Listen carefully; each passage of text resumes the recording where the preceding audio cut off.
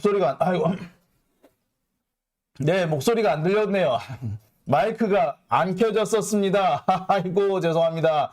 아, 방송 지금까지 시작한 지 상당히 됐는데, 예, 목소리가 안 나왔네요. 예. 예. 아, 실컷 얘기했는데 하나도 안 나갔네.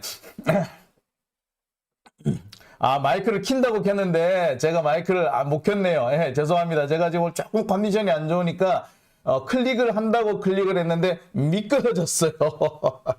예. 예, 클릭을 한다고 클릭을 했는데 미끄러지면서 제가 클릭을 제대로 못했나 보네. 그래서 방송 소리가 안 나오고 있었는데 이렇게 전화가 방금 왔는데 누가 전화를 주셨나 했더니 소리 안 들린다는 전화였던 모양입니다. 아이고, 죄송합니다. 이제 잘 들리시죠? 예, 지금부터 다시 시작하겠습니다. 앞에 못했던 얘기, 앞에 했던 얘기 처음부터 다시 하겠습니다. 네, 장영진 TV 지금부터 다시 시작하겠습니다. 예, 오늘 제가 준비한 얘기는요, 크게 네 가지입니다. 첫 번째는요, 청담동 게이트 제보자의 반격입니다. 끝날 때까지 끝난 게 아니다. 이게 오늘 제가 첫 번째 준비한 내용이고요. 제가 좀 취재를 했습니다. 오늘 제가 이 방송을 좀 늦게 출발하게 된 이유, 그 다음에 좀 제가 방송하면서 좀 정신이 조금 없는 이유가, 취재를 하다 보니까, 거기에 집중을 하다 보니 아무래도 좀 디테일에 좀 신경을 쓰지 못했던 것 같습니다. 그래서 시간도 좀 오래 걸렸고, 오늘 시작하자마자 오디오 문제도 생겼던 것 같아요. 여러분들한테 다시 한번 사과 말씀드립니다. 아이고, 세상에 제가 그거를 모르고 있었네요. 아유, 뭐 어째 이런 일이 다 있나? 예, 이영근님, 예, 후원 회원 가입해 주셔서 감사드리고요. 이영근님, 예, 후원도 해주셨네요. 예, 감사드립니다. 자, 오늘 제가 첫 번째 준비한 얘기는요, 예, 청담동 게이트 제보자의 반격이라는 내용입니다. 자, 이 제보자의 반격, 이게 무슨 말이냐면요. 지금 청담동 게이트에서 핵심적인 취재원은 두 사람이 있습니다. 첼리스트, 첼로하고, 제가 약자로 첼로라고 부를게요. 첼로하고요. 그 다음에 이 제보자, 이 두 사람입니다. 지금 첼로는요, 한마디로 저쪽 편으로 넘어가 버렸어요. 기대가 컸고, 적어도 거짓말을 하지 않을 것이다. 뭐 개딸이었다 그러길래 거짓말하지 않을 것이다. 물론 겁이 나겠지만, 겁이 나지만 그래도 설마 배신을 할까라고 생각했습니다만 결국 뒤통수를 때리고 갔죠. 그러니까 예, 지금 청담동 게이트의 제보자가 본격적으로 반격에 나서는 모양새입니다. 제보자가 어떤 내용으로 반격을 할 것이냐, 제가 그 부분에 대한 취재를 조금 진행을 해봤어요. 주변 사람들이라든지, 그 다음에 이 제보자도 지금 현재 변호사가 있어요. 변호사라든지 여러 경로를 통해 가지고 제가 취재를 진행을 하고 있습니다. 그래서 어떤 입장인지, 앞으로 무엇을 할 것인지, 그리고 도대체 첼로는 왜 그러는지, 이 내용들을 좀 하나하나 짚어 나가 보겠습니다. 그리고 지금 역대 계속 나오는 얘기가, 이 제보자가 첼로를 뭐 폭행했다, 스토킹했다, 뭐 심지어 리벤지 포르노다, 뭐 이런 얘기가 있는데, 그 부분에 대해서도 이 제보자의 입장에 대해서 제가 취재된 내용이 있습니다. 취재를 종합했던 내용 여러분들한테 오늘 준비했습니다.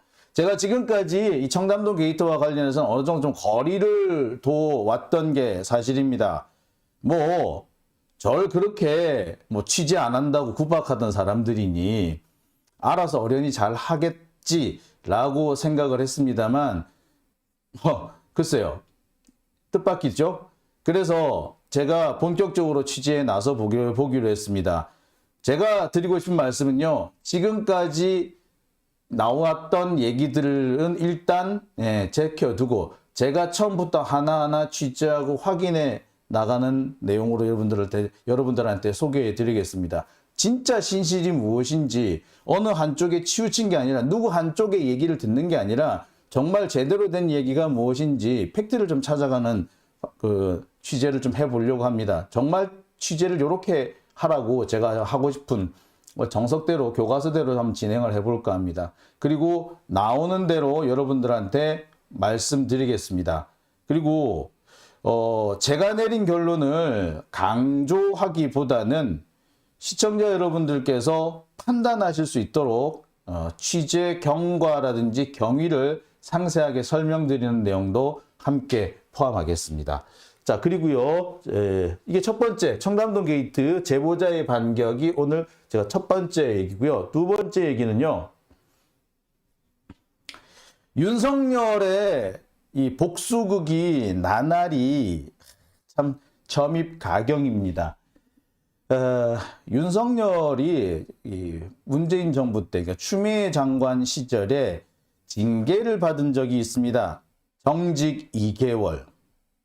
그 정직 2개월을 받은 여러 가지 징계 사유 중에 한동훈에 대한 한동훈의 여러분 아시겠습니다만 그 채널A 검언 유착 사건, 이 사건 수사에 대한 윤석열의 방해, 이 부분에 대해서 당시 여러 검사들이 조사를 했던 적이 있어요. 근데 이 조사 자료와 관련해서 관련해 가지고 윤석열과 한동훈이 대대적인 보복을 하고 있습니다. 아시겠습니다만 박은정 검사에 이어서 이번에는 이성윤 전 서울고검장까지 소환해서 조사를 한다고 합니다. 근데 내용이 되게 황당해요. 수사 자료와 감찰 자료를 법무부에 넘겨줬다는 게 이유입니다. 수사 자료와 감찰 자료, 검사에 대한 수사 자료와 감찰 자료를 법무부에 넘겨주는 게 뭐가 문제죠? 그리고 또 한 가지 의문이 있습니다. 이게 검사의 범죄 행위죠. 범죄죠. 범죄 혐의죠. 그러니까 이거는 검사의 직무상 범죄에 해당이 되기 때문에 이거는 명백하게 공수처 관할입니다. 근데 공수처에서 관할 안 하고 검찰에서 지금 하고 있어요. 이거 법률 위반입니다. 100% 법률 위반입니다. 이거는. 검사의 범죄, 직무상 범죄를 수사하는 것은 위법이에요. 불법입니다. 100% 걸립니다.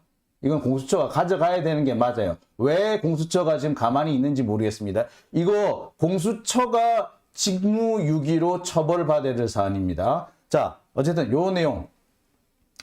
윤석열을 감찰했던 그 담당 검사들 지금 대대적으로 보복을 당하고 있다. 이 이야기를 오늘 제가 두 번째로 준비해 봤습니다. 자, 그리고 세 번째는요. 오늘 검찰이 정진상 정무조정실장을 결국 구속 기소했습니다. 알려진 혐의 대부분이 적용이 됐습니다.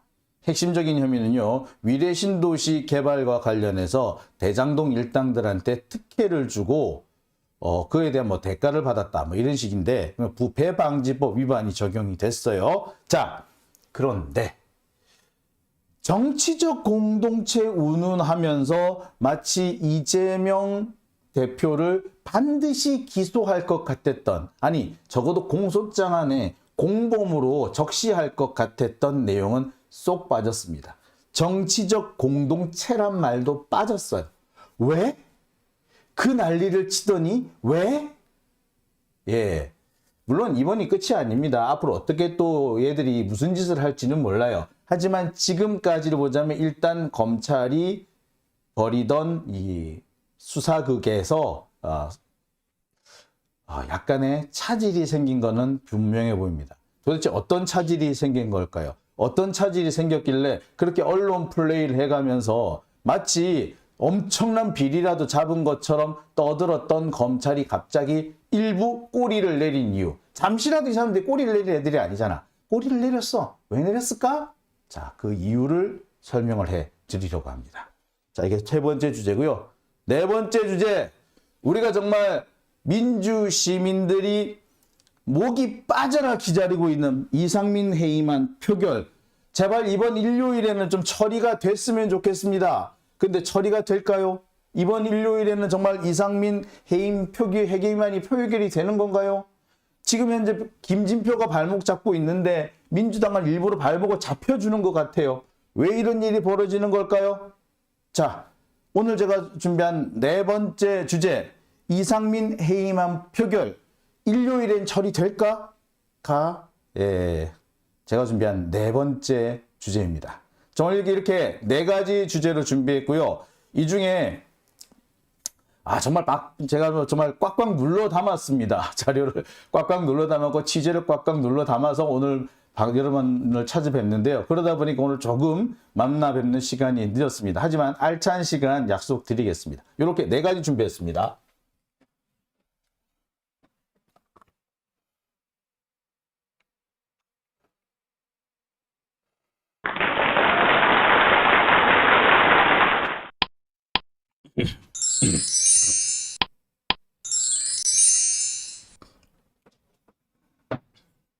네. 또 소리가 안 나온다는 말씀인데 소리가 지금 안 나오나요? 예, 소리 나오시죠? 예, 소리 나올 겁니다. 자, 오늘 제가 준비한 첫 번째 주제, 청담동 게이트 제보자의 반격입니다. 끝날 때까지는 끝난 게 아니다. 자, 제가 그동안 이 청담동 게이트와 관련해 가지고는 말을 좀 아꼈죠. 뭐 제가 알고 있는 내용도 있고 취재가 된 내용도 있었습니다만 좀 말을 쓰을 그동안 안 드려왔어요. 왜? 뭐 다른 사람들이 취재를 하고 있는데다가 뭐 저보고 취재는 안 하고 편만 든다고 그렇게 저를 구박하던 사람들이니 그래 어련히 알아서 하려니 뭐 잘하겠지 라고 조금 관망하는 자세였습니다. 근데 지금 진행되는 모습을 보면은 이 관망만 해서는 안 될 것 같아요. 더군다나 이번 사건의 여파가 민주 진보 진영 전체를 흔드는 상황이 됐습니다. 특히 이 청담동 게이트 때문에 윤석열 지지율이 올라간다는 그런 평가까지 나오고 있는 상황입니다. 지난주 총가요? 리얼미터 조사 결과에 이런 결과가 나왔었죠. 청담동 게이트가 거짓으로 드러나는 과정에서 민주당은 지지율에 타격을 입고 윤석열은 지지율이 올라갔다. 이런 평가와 분석이 나온 바가 있는데 그 평가를 어느 정도 믿는지는 둘째 치더라도요. 지금 이 청담동 게이트가 민주진보 진영 전체를 흔드는 문제가 될 수도 있을 것 같습니다. 따라서 저 역시 이 참전을 해서 무엇이 옳은 것인지 제대로 된 건 무엇인지 진실은 무엇인지 좀 알려드릴 필요가 있을 것 같습니다. 뭐 막연하게 이게 진실 아니겠어 정도가 아니라 이 사람 말이 좀 더 신빙성 있지 않겠어가 아니라 취재를 해보니 어떻더라는 얘기를 좀 해야 될 것 같아서 제가 준비를 했습니다. 그래서 특히 저는 이 제보자 쪽을 집중적으로 좀 취재를 하고 있습니다. 그런데 오늘 제가 전해드릴 얘기는 뭐냐면요. 이 청담동 게이트에서 제보자가 본격적인 반격을 준비하고 있다는 내용을 준비를 좀 했습니다. 아니, 제보자가 무슨 반격을 준비한다는 얘기인가요? 자, 제가 볼 때는 이렇습니다. 여러분 아시죠? 그저께 뭐 더 탐사에서 이 첼리스트의 인터뷰라면서 방송을 했습니다. 근데 녹취록을 공개를 했는데 육성을 방송을 안 했죠. 분명히 엄청난 것들이 나올 것처럼 소개가 됐습니다만 생각보다 임팩트가 없었어요. 실망스러웠다는 평가가 상당히 많았습니다.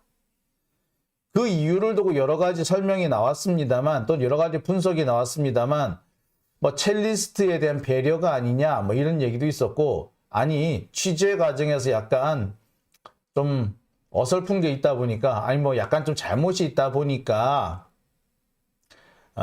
그것을 좀 벌충하기 위해서 녹취록을 내보내지 않은 거 아니냐 뭐 이런 얘기들이 막 또 돌았어요. 생각하기 나름인 것 같습니다. 첼리스트를 배려한 것일 수도 있고 한편으로는 여러분 아시겠습니다만 이 첼리스트와의 대화가 녹취되는 과정이 사실은 그거죠. 짐 정리하러 왔는데 이 첼리스트가 전 남친 집에 두고 온 짐을 찾으러 갔는데 이 짐 챙기는 과정에서 참관자가 필요했고 그 참관자로 권지현 기자가 참석을 했고 그러면서 이 녹취가 만들어진 거지 않습니까? 그러니까 어떻게 보자면 약간 좀 첼리스트 입장에서는 속았다 이런 얘기가 나올 수도 있겠죠. 자, 그래서 아마 뭐 말을 못한 게 그 육성을 공개 안 한 게 아니냐 뭐 이런 얘기들도 있었고, 뭐 그게 배려인지 아니면 자기가 쫄아서 그런지 뭐 그건 둘 다 뭐 어느 쪽이든 간에 뭐 해석하기 나름인 것 같습니다. 하여튼 이 취재 과정 때문에 육성을 방송하지 않은 걸로 일단은 보여요. 자, 근데 이것을 두고 상당히 많은 논란이 있었습니다. 여러분들은 잘 모르시는 부분인데요. 그러니까 시청자들이라든지 우리 그 독자들은 잘 모르시는 부분인데, 이 과정, 그러니까 엊그제 있었던 그 더 탐사의 방송을 두고 제보자가 되게 화를 냈다고 해요. 지금 권지현 기자를 비롯해서 이 더 탐사 취재진들이 첼리스트한테 당한 거다. 아니, 그렇게 마음이 약하실 거면 차라리 유니세프 하시라고 이런 얘기까지 나왔다고 해요. 그러니까 상당히 화가 많이 났던 것 같아요. 그러니까 그래서 상당히 언성까지 높아지는 일까지 있었다고 합니다. 이게 이제 주변에서 막 흘러나오기 시작해요. 그래서 그 사이에서 뭐 갈등도 좀 불거진 것 같고요. 여튼 이렇게 제보자가 상당히 지난 방송을 보고 화를 냈다고 합니다. 특히 어제 그 TV조선에서 이 첼리스트의 육성을 바로 방송을 해버렸죠. 그러다 보니까 이거는 한 방 먹이겠다고 시작한 방송이 오히려 역습을 당해서 지금 완전히 초토화되기 일보 직전 상황까지 가버린 겁니다. 그러니까 많은 분들이 그런 평가도 해요. 아니, 이렇게 좋은 취재를 해놓고서, 이렇게 좋은 취재원을 만들어 놓고서도 왜 이렇게 마무리를 못하냐? 문전처리 미숙이냐? 왜 노골이냐? 왜 뻥축구를 하느냐? 심한 표현으로는요. 왜 밥 팔아서 똥 사먹냐? 예, 이게 그런 얘기가 좀 많이 나와요. 그런 비판까지 나옵니다. 일단 제보자가 화를 낼 정도면 이 부분에 대해서 되게 좀 내부적으로도 논란이 있었을 거라고 예측을 합니다. 자, 그러면서 이 제보자가 본격적으로 나서야 되겠다라고 결심을 한 것 같아요. 그러니까 지금까지는 이 제보자가 이 첼로를 좀 믿고 있었던 것 같아요. 그동안 뭐 자기가 사귀었던 사람이니까 어떤 그 연민도 있었을 것 같고, 또 아무래도 신뢰가 있지 않았겠습니까? 그런데 이제는 더 이상 신뢰할 수 없는 사람이구나. 저쪽으로 완전히 넘어갔구나. 그렇기 때문에 나도 이제 본격적으로 나서야 되겠다. 지금까지는 이거 좀 과한 거 아닐까? 상처를 주는 게 아닐까? 이거는 이렇게 하면은 좀 마음 아플 거야. 라고 해서 안 했던 얘기, 못 했던 얘기, 이제는 다 하겠다라는 것이 이 제보자의 지금 현재 입장입니다. 자, 어떤 얘기들을 할 것이냐? 이 부분에 대해서는 지금 여러 가지 분석들이 나와요. 근데 제보자가 지금 당장 할 수 있는 것은 지금까지 이 첼로 측에서 나온 여러 가지 비방들, 여기에 대한 본격적인 반격이 있을 걸로 보입니다. 지금 첼로는 이 제보자를 뭐라고 얘기를 했냐면 스토커라든지 리벤지 포르노, 그러니까 헤어진 것에 앙심을 품고 가지고 있던 물건을 공개했다. 리벤지 포르노다. 이런 식으로 비난을 하고 있습니다. 그런 얘기도 하죠. 내 의사와는 상관없이 아우팅을 당했다. 나는 이게 녹음됐을 거라고는 꿈에도 생각 못했다. 나는 전혀 제보할 의사가 없었다. 라고 얘기를 하는데 그게 아니다. 무슨 개소리냐. 라는 얘기를 이 제보자 쪽에서는 하겠다는 겁니다. 꾸준히 그쪽 제보자 쪽에서는 이 첼로 측의 이런 주장, 특히 박경수 변호사를 통해서 흘러나온 얘기들이 상당 부분이 거짓이라고 주장을 해왔어요. 그런데 지금까지는 거기에 대한 반박을 할 경우 이 첼로, 그러니까 그나마 한때 많이 오랫동안 사귀었던 사람인데, 한때 좀 오랜 시간 사귀었던 사랑했던 사람인데, 이렇게 내가 이렇게 대놓고 반박을 하는 건 보기도 좋지 않을 뿐만 아니라 또 상처가 되지 않겠나 해서 되게 자제하는 부분이 있었던 것 같아요. 근데 이제 나도 못 참겠다. 지금처럼 이런 식으로 하면 난 더 이상 못 참는다라는 게 제보자 쪽의 얘기입니다. 그래서 제가 이 제보자의 얘기를 좀 더 깊숙이 들어볼 예정이고요. 이 얘기를 토대로 해가지고 첼로 쪽 얘기도 좀 들어볼까 합니다. 지금 박경수 변호사가 이 첼로 쪽과의 취재를 완전히 통제하고 있습니다만 박경수 변호사 역시 제가 볼 때는 그닥 신뢰할 수 있는 분은 아닌 것 같아요. 나오는 얘기를 보면은 이 첼로가 경찰에서 했던 얘기하고 경찰에서 진술한 내용하고 이 변호사가 기자들한테 한 얘기하고 상당히 차이가 있는 것으로 보입니다. 이게 누가 거짓말을 했는지 모르겠어요. 변호사가 거짓말했는지 첼로가 거짓말했는지는 모르겠습니다만 어쨌거나 좀 차이가 있습니다. 요 내용까지도 좀 확인해 볼 필요가 있는데 그렇다고 본다면 이거는 박경수 변호사를 취재해서 진실이 나올 것 같지는 않습니다. 이 첼로 쪽을 직접 접촉하는 방법을 현재 고려하고 있습니다. 자, 제보자의 분노. 자, 제보자가 현재 보이고 있는 입장은 이제 더 이상 참지 않겠다는 겁니다. 아까도 말씀드렸듯이 내가 폭력을 썼다는 등, 자신 제보자가 폭력을 썼다는 등, 스토킹을 했다는 등은 이건 모두 허위이다. 이와 관련해서는 첼리스트는 물론이고 박경수 변호사도 고소하겠다. 특히 이 첼리스트가 뭐 경찰에 가서 허위로 진술한 부분 혹은 언론을 통해 그 허위로 공표한 언론을 통해서 발표한 허위 사실 이런 것들은 그것 때문에 자신이 다시 한동훈한테 고소를 당했으니까 첼로가 거짓말하는 바람에 내가 또 한동훈한테 고소를 당했으니까 결국 나도 내 이 결백을 입증하기 위해서는 내가 첼로를 고소할 수밖에 없는 거 아니냐 이런 얘기도 하고 있습니다. 여기서 중요한 포인트가 한마디 있더라고요. 첼로가 한동훈을 무서워하는 거는 이해를 한대요.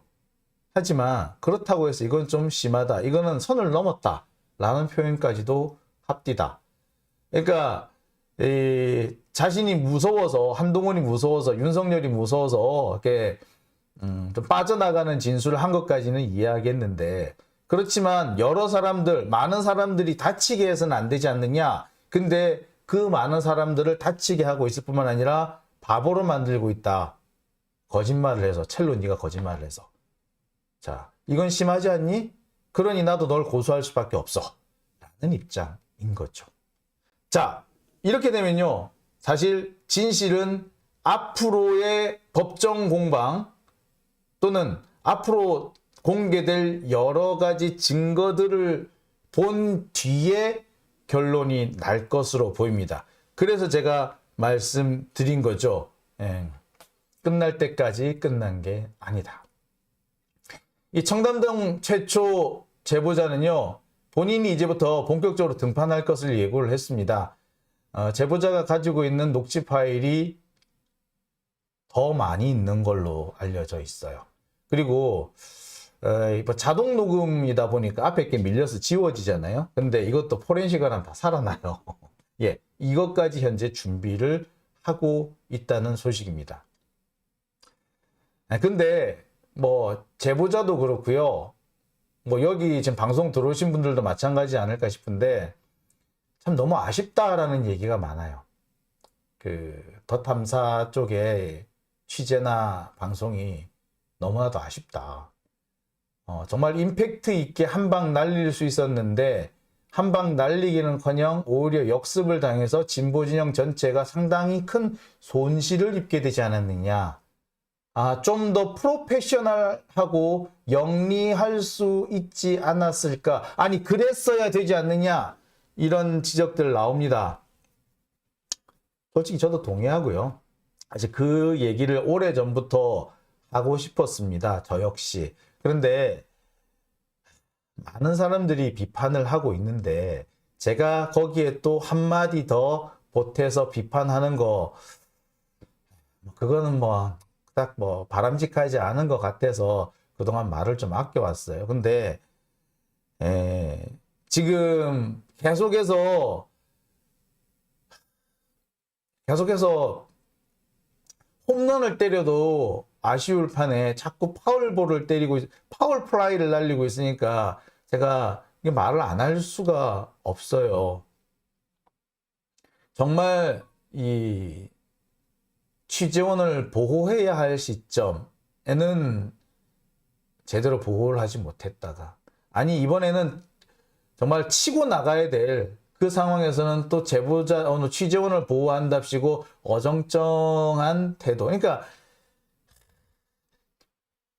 그러니까 조심할 때 조심하지 않고 치고 나갈 때 치고 나가지 않는, 조심해야 될 때 치고 나가고 치고 나갈 때 조심하는 그런 참 그 판단 미스 때문에 홈런이 될 수 있는 기회를 파울 플라이로 만든 것 같아서 참 안타깝습니다. 저 역시도. 지금까지는 제가 이 얘기를 안 했어요. 네, 이제부터는 제가 얘기를 좀 하고 넘어갈 것 같고요. 무엇보다도 그런 얘기를 하기 전에 제가 취재를 하려고 합니다. 취재를 해서 여러분들한테 진실이 무엇인지 좀 알려드리려고 합니다. 네. 자, 그러면은 우리 지금 대화창을 좀 볼까요? 대화창에 뭐라고 나오나요? 예. 자, 정확도가 너무 떨어지잖아요. 떠버리기만 하고 백수님 말씀해 주셨고요. 항상 진보라는 언론이 걸림돌이에요라고.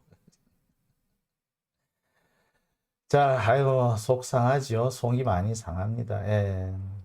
어쩌겠습니까? 속이 상한데 어쩌겠어요. 뭐 그렇겠죠.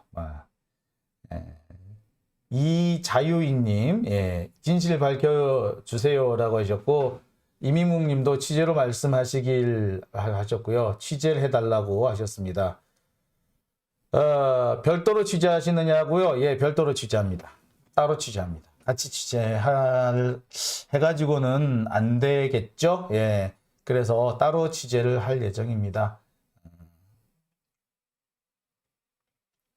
그래서, 그러니까 뭐 저기 제 방송 들어오시는 분들 뭐 아실 거예요. 이렇게 좀 더 진실에 목말라 있는, 이게 뭐 사실인지 아닌지 좀 애매하다 뭐 그런 얘기를 하시고, 믿자니 좀 모자라 보이고 안 믿자니 그래서 비판을 하자니 또 그래도 같은 진보 진영인데 민주 진영인데 하는 뭐 이런 생각이 드시지 않았나라는 생각이 들거든요. 그런데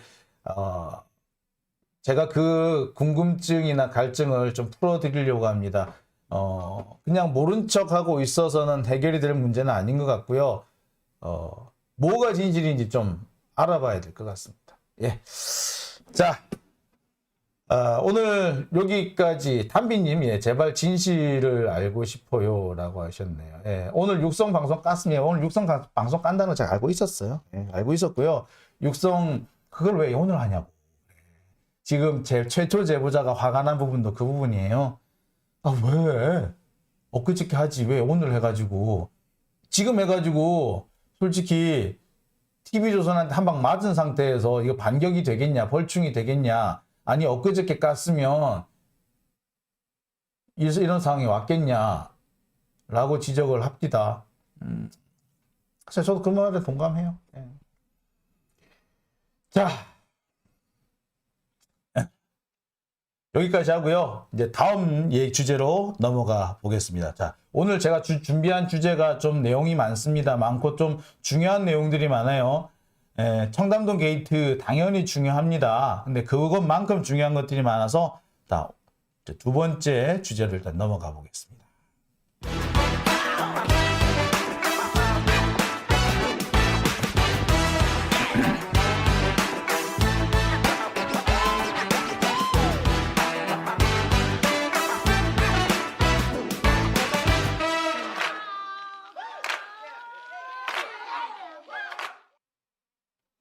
네, 전병아님, 내가 니보다 잘하니까 걱정하지 마세요.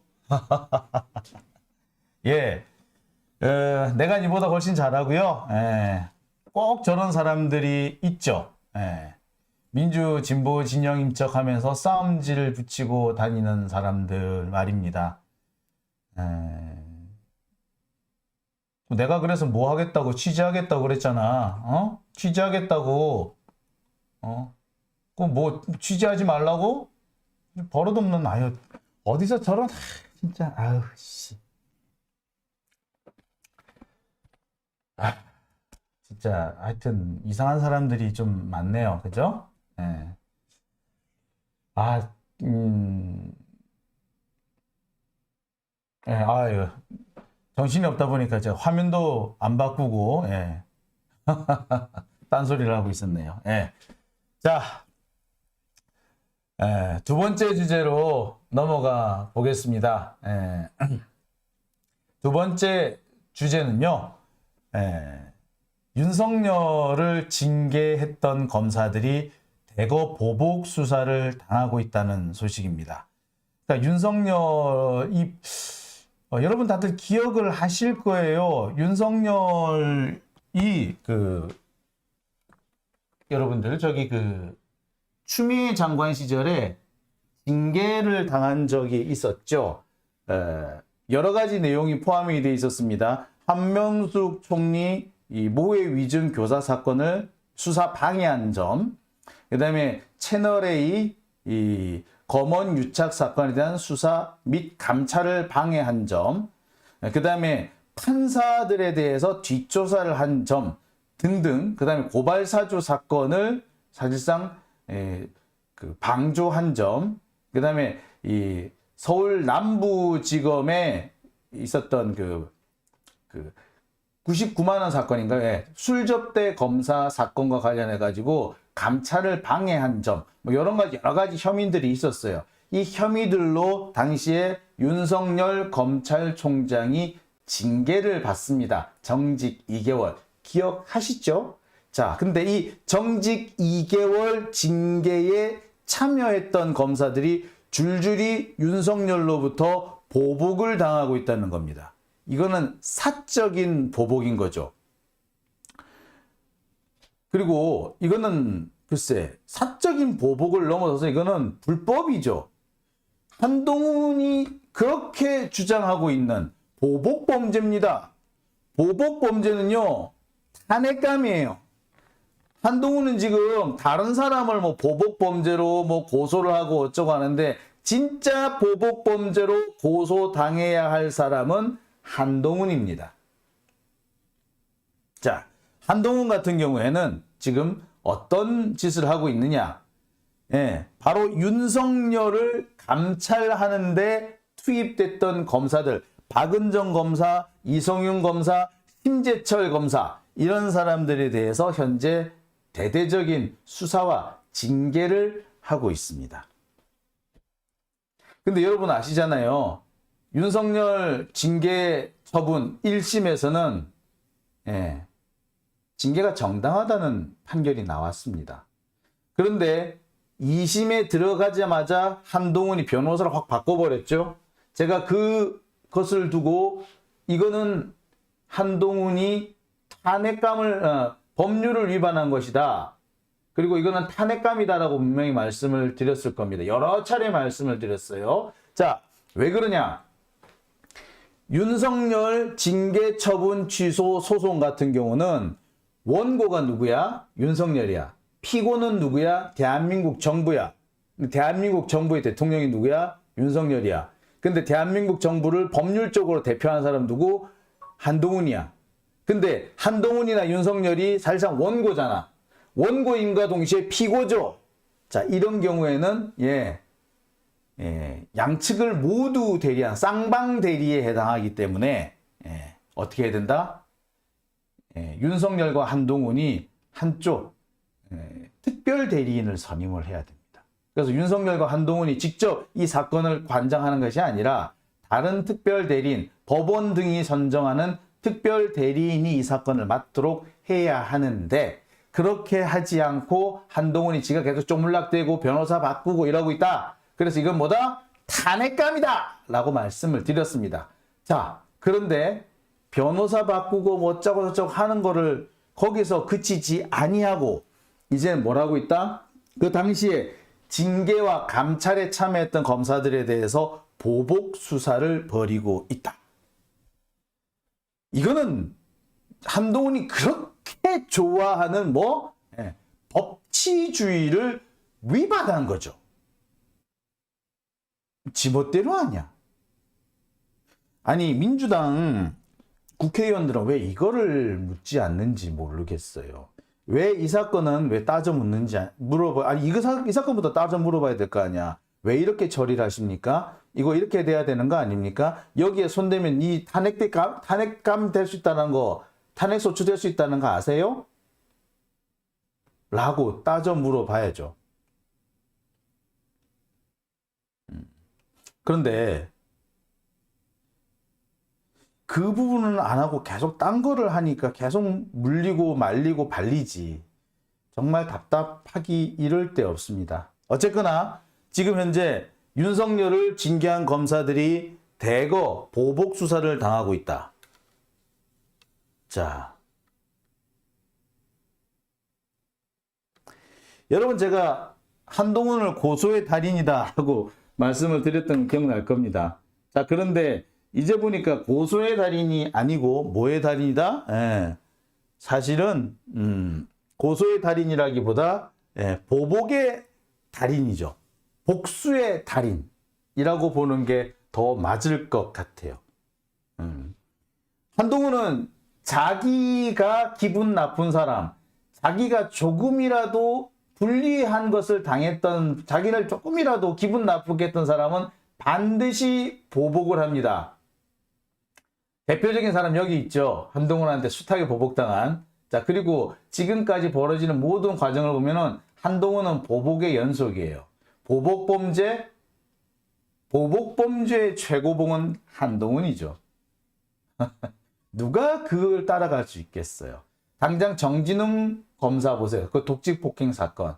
그분 같은 경우에는 한동훈 압수수색 영장 가지고 한동훈의 핸드폰을 뺏으려고 하다가 몸싸움이 벌어졌는데 그것 때문에 이 사람은 재판까지 받는 황당한 일이 벌어졌지 않습니까? 그건 어디까지나 한동훈이 보복을 했기 때문에나 가능한 일이에요. 한동훈의 보복 폭행. 자, 한동훈이 이처럼 복수와 고소의 달인이다. 특히 이번 윤석열의 징계에 관여했던 검사들에게 보복을 하고 있다는 거. 이거는 정말 심각한 문제가 아닐 수 없습니다. 지금까지 확인된 바로는 박은정, 심재철, 이성윤 검사 등이 연이어서 소환 조사를 받고 있습니다. 혐의는요, 진짜 황당해요. 뭐가 혐의인 줄 아세요? 감찰 자료를 법무부에 이첩해줬다, 넘겨줬다. 아니, 이 사람들 감찰 담당관인데 감찰 자료 법무부에 넘겨주는 게 왜요? 잘못됐나요? 그게 왜 잘못됐나요? 이 뭐야? 이게 말이 되는 혐의야? 이해가 안 가는 사람이죠. 어떻게 이런 사람이 나올 수가 있죠? 어떻게 이런 혐의가 나올 수가 있죠? 아니, 감찰 담당관이 감찰 자료를 법무부에다 내지 그럼 어디다 내?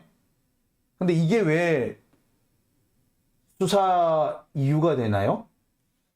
말도 안 되는 얘기인데 이게 지금 수사가 진행되고 있어요. 자, 자세한 내용을 한번 보겠습니다. 검찰 윤석열 찍어내기 감찰 의혹 박은정 검사 소환 조사라는 이 내용을 한번 보시겠습니다. 여기 되면 이런 내용이 있어요. 검찰 윤석열 찍어내기 감찰 의혹 박은정 검사 소환 조사. 박 전 담당관은 법무부 감찰 담당관으로 근무하던 2020년 10월 검언 유착 의혹에 연루된 한동훈 당시 법무연수원 연구위원 현 법무부 장관을 감찰한다며 법무부와 대검으로부터 사건 수사 기록을 받아간 뒤 윤석열 당시 검찰총장을 감찰하던 법무부 감찰위원회에 무단으로 제공한 혐의를 받는다. 무단으로 제공한 혐의를 받는다? 아니, 법무부 감찰관인데 감찰위원회에 자신이 확보한 감찰 자료를 제출한 게 왜 무단으로 제공한 거죠?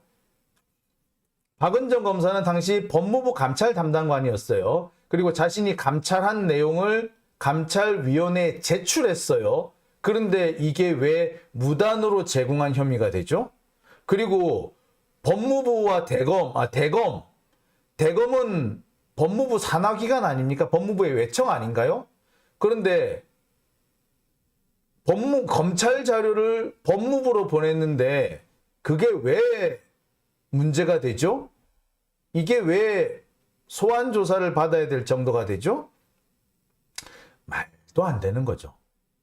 더군다나 박은정 검사는 이 소환 조사를 받는 과정에서 검찰로부터 매우 모욕적인 처우를 받은 것으로 전해집니다. 박은정 검사가 그렇게 얘기를 하죠. 검사인 나한테 이렇게 할 정도라면 일반인들은 오죽했겠느냐라는 얘기를 하는데 예, 바로 그렇습니다. 자,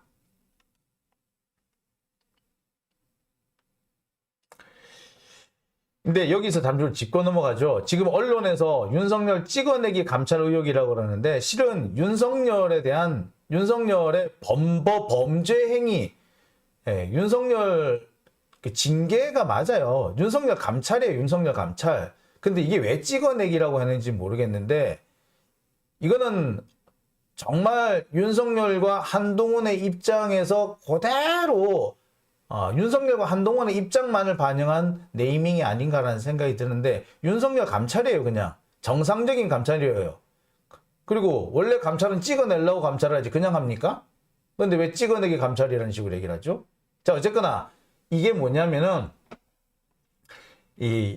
지난 2020년에 여러분 그때 그거 아시죠? 그 채널A 검언 유착 사건 아시죠? 이 채널A 검언 유착 사건에 대해서 검찰이 수사를 하고 있었어요. 이 수사 과정에서 윤석열이 수사를 계속 방해를 합니다.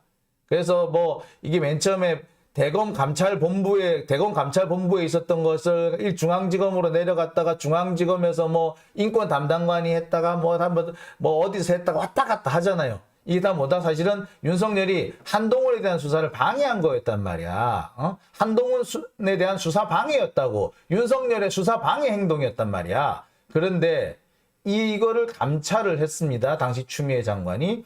자, 박은정 검사가 그 당시 그 과정을 윤석열의 그 불법 정황을 감찰했고 그 내용을 감찰위원회에 제출을 한 거예요. 근데 그게 왜 문제가 되나요? 그러면서 심지어 당시 서울중앙지검장이었던 이성윤 검사장이 여기에 개입했다라는 식으로 하면서 이성윤 검사장에 대해서 소환을 통보하는 일까지 있었습니다. 근데 아까도 말씀드렸습니다만 이게 당시 채널A 검언 유착 사건, 검언 유착 사건, 이게 MBN이 되니까 이게 강요미수 사건이래. 강요미수 사건은 무슨 소리냐. 채널A 검언 유착 사건인데 MBN 얘네들도 정말 썩어 문드러졌죠. 여하튼 채널A 이 검언 유착 사건이 서울중앙지검 형사 1부에서 진행 중이었는데 이 사건 수사 기록을 박은정 검사가 가져와 가지고 법무부 감찰위원회에 냈어요.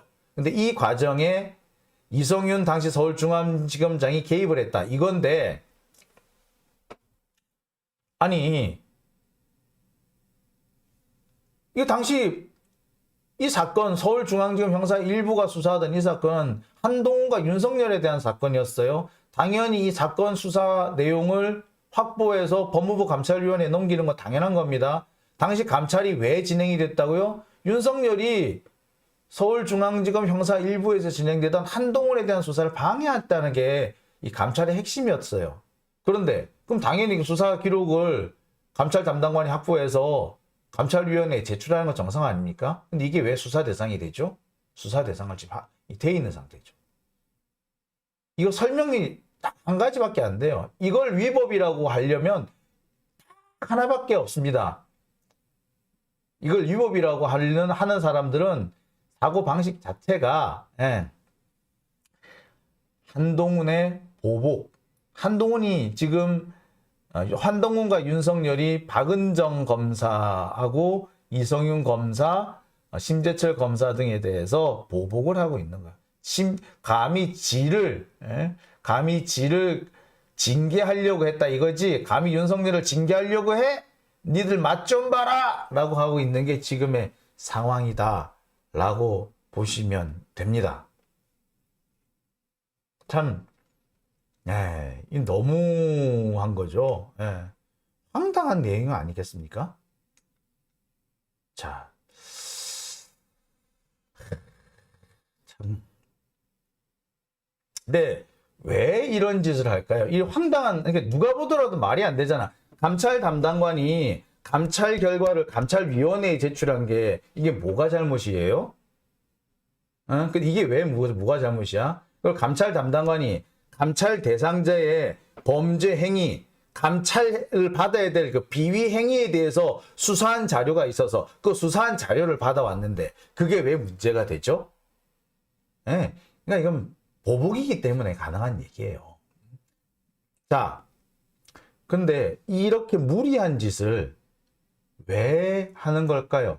한동훈 지는 이게 보복이다, 무리한 행위다, 이거 생각이 안 들까요? 물론 한동훈의 사고방식은 그거예요. 지가 무슨 짓을 해도 언론은 비판을 안 할 거기 때문에, 아니 이걸 만약에 조국 장관이나 추미애가 했었다고 생각해봐. 당장 보복이라 그랬을 거예요. 근데 이걸 보복이라고 얘기를 쓰는 놈이 없잖아. 이건 뭐다? 전형적인 언론이 아니라 얘네들은 그냥 검사들의 딸랑이야. 어디서 진짜 배워먹지도 못한 것들이 기자라고 이름만 붙여가지고 정말 꼴보기 싫어요. 여하튼 자, 왜 이렇게 무리한 짓을 하는 걸까요? 이게 과연 법원에서 받아들여질 거라고 믿는 걸까요? 왜? 도대체 왜 이런 짓을 하는 걸까? 이게 왜 이런 짓을 하는 거냐라는 데까지 가게 되면 사실 진짜 여러분들 충격 받으실 수도 있습니다. 이게 뭐냐면요. 여러분, 이 윤석열이 지금 그러니까 아까 말씀드렸듯이 박은정 검사라든지 이 사람들이 당시 법무부에 뭐 자료를 제출해가지고 윤석열에 대한 징계, 그때 정직 2개월 나왔잖아요. 이 정직 2개월에 대해서 윤석열은 징계 취소 소송을 냈어요. 그런데 1심에서는 징계가 정당하다라고 판결이 났습니다. 징계 정당 판결이 났어요. 자, 그리고 난 다음에 윤석열이 대통령이 된 거 아니야.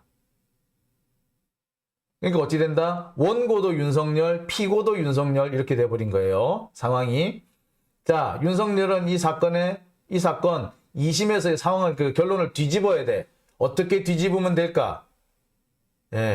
뒤집으려고 하다 보니까 뭔가 명분이 필요해. 어떻게 명분? 불리해진 징계 소송의 재판 결과를 뒤집으려고 당시 감찰에 문제가 있었다. 감찰에 문제가 있었으니 감찰 결과에도 문제가 있을 거다. 따라서 그에 따른 징계도 문제다. 그러니 징계 소송은 윤석열 승으로 끝나야 된다. 라는 주장을 하는 거예요. 그러니까 윤석열이 지가 소송에서 이기려고, 지 소송에서 이기려고 지금 이렇게 엉뚱한 사람들, 진짜 무고한 사람들을 때려잡고 있는 겁니다. 못 되쳐먹은 거지, 이거는. 이거는요, 말 그대로 탄핵감, 이건 정말 탄핵감이야. 근데 언론들이 말을 안 하고 언론이 말 안 하는 건 둘째 치고 왜 민주당이 이 부분에 대해서 입을 다물고 있는지 모르겠어요. 박은정 검사가 그렇게 열심히 싸우고 있는데 민주당은 뭐 하고 있는지 모르겠어요. 정말 속에 천불이 나서 답답해 미치겠습니다. 윤석열이 지 징계 취소 소송을 이기기 위해서 박은정 검사와 이성윤 검사를 괴롭히고 있는 거예요. 얘네들이 감찰을 잘못했다. 얘네들이 감찰하는데 불법이 있었다. 따라서 감찰 결과도 잘못이다. 따라서 감찰의 결과했던 징계도 잘못이다. 그러니까 징계 취소. 요런 식으로 요런 결말을 만들어 가려고 그런 거야. 지금 상황에서는 죽었다 깨나도 윤석열이 이길 수가 없어. 그런데 아무리 재판부가 윤석열을 위해서 뭘 만들어 준다고 해도, 결과를 만들어 주려고 해도 지금 상황에서는 도대체 이길 수가 없는 거야. 왜? 판사 사찰이라는 게 있잖아. 그러면은 판사들은 야, 지들을 사찰했는데 그 결과가 나왔는데도 그것도 합법이라고 윤석열 손을 들어주냐, 이런 비난을 받을 수 있죠. 그러면은 그 재판부가 그 비난을 안 받으려면 어떻게 해야 돼? 예. 알고 봤더니 감찰 결과가 잘못된 거더라. 위법이 있더라. 감찰에 위법이 있으니까 감찰 결과도 잘못이고 징계도 잘못이야. 따라서 징계 취소. 이런 결론을 만들어주고 싶은 거야. 근데 그 명분을 누가 만들어줘야 돼? 예, 한동훈, 윤석열이 만들어주려는 거야. 지금 그 작전이에요. 이거를 민주당이 가만히 있는 거야. 근데 왜 지금 수박들이 맨날 하는 얘기가 주구장창 이재명만 까잖아요. 검찰이 뭘 잘못했다는 얘기는 안 하고 이재명이 잘못했다, 사법 리스크 어땠다 얘기하는데, 가만히 보면 이 꼬라지가 오래된 습성이야. 검찰이 뭘 하든 간에 검찰을 향해서 비판하고 공격할 생각은 전혀 하지 않고, 검찰로부터 공격받는 사람이 그래, 그건 니들이 잘못한 거지, 니들이 알아서 극복하고 와, 이런 식인 거예요. 박은정 검사가 뭐 모자란 게 있어서 윤석열하고 척을 졌겠습니까? 아니에요. 뭐 이유가 없어요. 그냥 그 사람 자기 할 일 열심히 했던 거야. 근데 자기 할 일 열심히 했던 사람을 민주당이 지켜줘야지, 네가 알아서 해라 하고 내다 버리면 되겠어요? 솔직히 지켜줘야 할 사람 내다 버리고 수수방관하고 있는 거 민주당의 습성이에요, 습성. 이재명 대표한테만 그러는 거 아니고 그동안에 항상 그래왔어. 그러니까 정권을 잡아도 공무원들이 말을 안 듣지. 이런 상황이 벌어지고 있는데, 한동훈, 윤석열이 이런 개지랄을 떨고 있는데, 이거에 대해서 민주당에서 이런 방법, 입도 뻥끗 안 하고 있으니 이게 뭐 하자는 겁니까?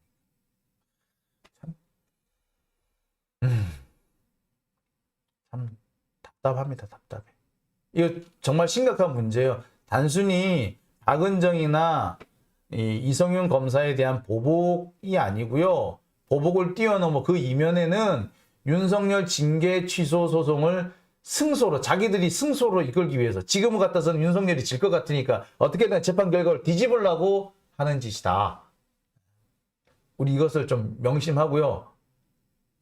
우리 감시를 하는 건 물론이고, 민주당을 좀 이제 좀 각성시켜야 될 때가 온 것 같습니다. 자, 댓글 한번 볼까요? 자, 윤이 저렇게 하는 것은 뭔가가 있기 때문이 아니냐라고 하시는 분, 저렇게 상식에 반하는 행동은 이유가 있을 거다. 지금은 국가가 아니라 조직폭력이다 라고 말씀하셨고요. 사람이다님, 회원 가입해 주셨네요. 감사합니다. 자, 한선희님, 당대표만 까고 있는 병신들이라고. 로또스님 들어오셨네요. 오랜만에 뵙습니다. 백마장군님, 수박들 지네들 몸 다칠까봐 죄 많이 지었어 라고 하셨어요. 정부 바꿔님, 민주당에 좀 가르쳐 주세요. 말을 좀 하고 싶습니다. 박은희님, 민주당 퇴근해야 함. 자, 스마일 P님, 술독에 오른 윤석열 절제가 안 된다. 로토스님, 우연히 저쪽 유튜브를 봤더니 사람이 아니더이다 라고 하셨네요. 자, 그렇다고 민주당 탈당하면 안 됩니다 라고 하셨고요. 담비님, 그렇습니다.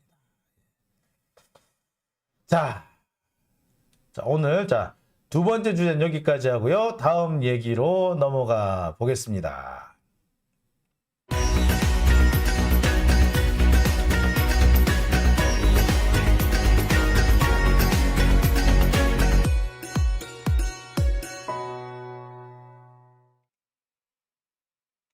네, 세 번째 주제를 보여드리겠습니다. 정진상 기소한 한동훈의 검찰. 그런데 이재명을 끝내 못 엮은 이유는 뭐래? 예, 자, 오늘 제가 준비한 세 번째 주제입니다. 오늘 검찰이 정진상 민주당 정무조정실장을 결국 구속 기소했습니다. 오늘이 아마 기소를 해야 되는 마지막 날이었을 겁니다. 그래서 기소 공소장을 넣은 걸로 돼 있는데요. 정해진 당연한 수순이었습니다. 검찰로서는 기소를 안 할 거면 지금까지 구속하금 할 리도 없었겠죠. 문제는 이 정진상 실장에 대해서 구속영장을 청구할 때까지만 해도 이재명이 정진상의 공범이다라는 식으로 엄청나게 많은 얘기를 했습니다. 당시 언론에서는 정진상 구속영장에 이재명이 40번이 나왔네, 70번이 나왔네, 이런 얘기까지 거침없이 했었습니다. 그런데 막상 지금 이번에 정진상의 공소장을 살펴보면요, 이재명이 공범이라는 얘기가 없습니다. 무슨 사건을 공모했다거나 함께 했다거나 내용이 전혀 없어요. 그냥 지금까지 이번 공소장의 내용은 정진상 단독범입니다. 지금 검찰은 남욱, 김만배, 유동규로 이어지는 돈이 마침내 정진상과 김용을 거쳐서 이재명한테 갔다라는 식으로 엮어 가려고 했고, 그 돈 받는 과정이라든지 천화동인 1호라든지 이런 것들을 전부 다 사실상 이재명이 관리했다라는 식으로 몰아가려고 했었어요. 남욱 변호사가 그런 말을 했죠. 천화동인 1호에서의 이재명 지분이라 하면 결국 정진상, 김용, 이재명 이 세 사람의 총류다 이런 얘기까지 했어요. 그래서 제가 이 총류 웃기는 소리 하지 마. 총류라고 말하는 거는 정진상이나 이 세 사람이 사실상 정치 결사체를 만들었다라는, 정치 결사체에 가까운, 단체에 가까운 뭔가를 만들었다. 법인격 없는 사단을 만들었다라는 의미가 해당되는데, 어디를 봐서 그런 법인격 없는 사단이 있다 볼 수 있냐. 두 번째, 결국 총류 운운하는 것은 이재명이 직접 받은 돈은 없다. 이재명으로 연결시킬 수 있는 돈이 없다는 얘기 아니냐. 그러니까 총류 운운해서 딴 사람이 받았지만 이재명이 받은 거다라는 식으로 갖다 붙이려고 하는 거 아니냐라고 제가 했었죠. 아마 검찰도 이런 비판을 많이 받았던 것 같아요. 그러니 최종적으로 결국 이재명을 엮지 못한 겁니다. 물론 앞으로 검찰이 어떤 방식으로든 이재명 엮으려고 들 겁니다. 하지만 제가 볼 때는 그래요. 일단 이재명에 대한 사법 리스크는 한 고비를 넘은 겁니다. 정진상과 이재명을 엮어야지, 그래야지 이재명을 넘어갈 수 있었는데, 정진상에서 이재명으로 넘어갈 수 있는 길이 끊겼어요. 그렇다 김용에서도 끊겼어. 자, 그렇기 때문에 사실상 이제는 검찰의 소위 말하는 사법 리스크, 이재명에 대한 사법 리스크는 일단 한 고비를 넘어갔다라고 볼 수 있어요. 아니 도대체 검찰이 그렇게 기세 등등 하더니 갑자기 왜 이렇게 꼬리를 내리는 겁니까? 자, 일단 꼬리를 내리는 거는 아닙니다. 꼬리를 내리는 건 아니지만 어쨌거나 검찰의 기세는 일단 꺾였어요. 어떻게 해서 꺾이게 됐지? 자, 꺾이게 된 이유를 지금부터 설명해 보겠습니다. 오늘 뉴시스 보도예요. 정진상 공소장에 이재명 공모 내용이 없어. 이재명의 관계가 범죄에 활용됐다라고만 언급되어 있는 거예요. 아니, 누가 범죄를 저질렀어. 근데 장용진과의 관계를 이용해서 범죄를 저질렀다 쳐. 뭐 어쩌라고. 내가 거기 개입한 거 아니면은 상관없어. 나 장용진하고 친해. 따라서 나한테 돈 주면은 장용진한테 갈 수 있어. 나한테 주는 돈은 장용진한테 주는 후원금이야. 라고 해서 누군가가 돈을 받아 챙겨 먹었다 쳐. 자, 그 사람은 나와의 관계를 이용해 가지고 돈을 번 거죠. 범죄를 저지른 거죠. 근데 내가 그렇게 하라고 안 했으면 난 아무 문제가 없는 거야. 지가 그렇게 하든가 말든가. 자, 일단 정진상이 실제로 이런 행동을 했는지도 의문이고, 설령 그랬다 하더라도 이것이 이재명의 잘못으로 갈 수 있는 부분은 없어요.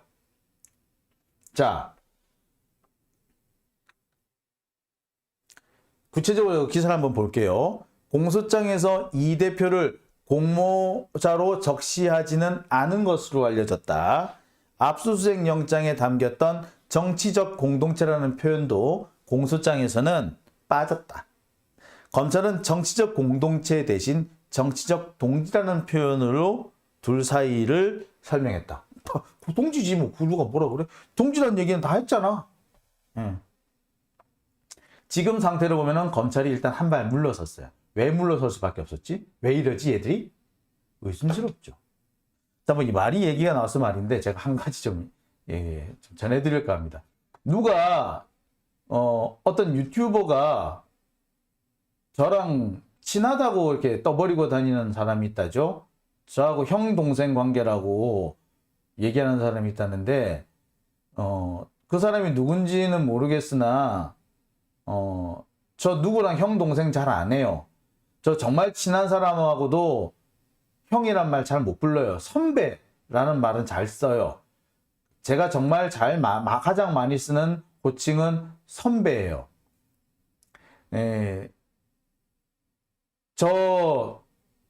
그리고 제 후배들 중에서도요, 저랑 정말 친하고 저랑 가까이 있는 사람은 저를 형이라고 부르기보다 선배라고 부르는 친구들이, 그 후배들이 더 많아요.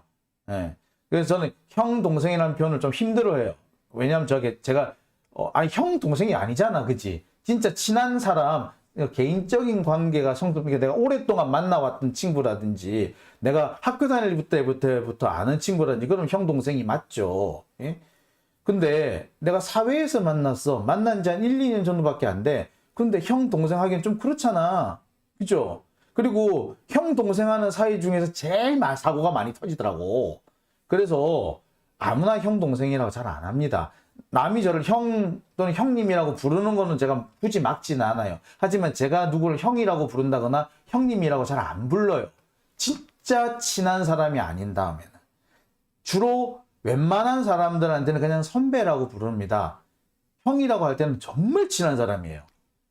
그런데 제가 아는 유튜버 중에 제가 형 혹은 형님이라고 부르는 사람은 없습니다. 제가 사무실도 같이 운영을 했던 김성수님 같은 경우도 제가 아직 형님이라고 불러본 적이 없어요. 성수님이라고 부른 적이 있지 형님 부른 바 없어요. 제가 성수님도 형이라고 안 부르는데 누굴 형이라고 불러요? 그냥 선배, 제가 그래서 저한테는 가장 가까운 호칭이 선배예요. 저는 그 표현을 많이 쓰지, 글쎄, 정말 친한 사람, 제가 어릴 때부터 알던 사람, 뭐 학교 다닐 때부터 알던 사람, 근데 군대 다닐 때부터 알던 사람, 좀 만난 지 한 십몇 년 되는 사람이라면 형이 되지, 그것도 아니고, 저 생판 처음 보는데, 야, 우리 앞으로 형 동생 하자라고 해서 형이라 그래? 이것도 아니죠. 저는, 물론 그렇게 하는 사람도 있겠지만, 저는 그렇게 안 합니다. 그래서 저랑 형 동생 하는 사이다. 적어도 유튜버 중에서 그렇게 하는 사람 없어요. 제가 말씀드렸습니다만, 있다. 태우형, 남태우형, 태우형 정도는 내가 태우형이라고. 그 양반은 태우 선배라고 하기도 좀 그렇고, 태우형 정도만 제가 형이라고 그러고요. 나머지는 형이라고 부르는 사람 없습니다. 누가, 저랑 형, 동생 사이라고 얘기를 한다는데, 그런 사람 없습니다. 혹시 그런 사람 있으면요, 신고해 주세요. 자, 여하튼 간에, 그 사람이, 나 장용진하고 형, 동생 하는 사이야, 라고 뭔 얘기를 해가지고, 자기가 돈을 걷었든, 슈퍼챗을 받았든, 저와의 관계를 이용해서, 범죄를 저지른 거지만, 나하고 상관없죠? 마찬가지입니다. 정진상에서 이런 표현이 나간 거는 검찰로서는 엄청난 후퇴를 한 거예요, 사실. 왜? 왜 후퇴를 했지? 자, 이유는 아마 이거 같아요.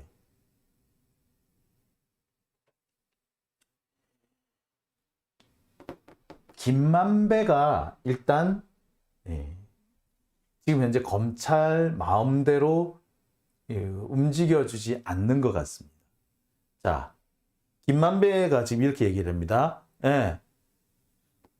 유동규한테 전달된 돈이 성남시장 선거에 쓰였을 거라고 추측하시는 거죠. 그런데 정말 어떻게 사용했는지는 모르죠. 네. 라고 얘기를 하죠. 자, 현재 김만배는 버티고 있습니다. 김만배는 오히려 지금 현재 유동규나 남욱의 진술을 계속해서 탄핵하고 있는 거예요. 왜?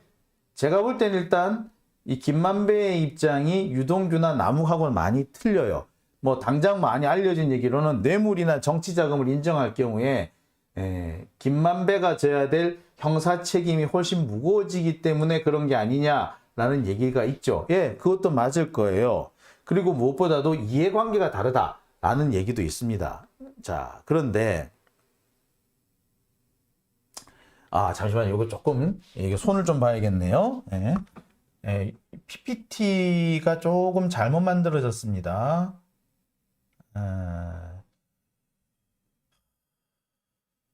이게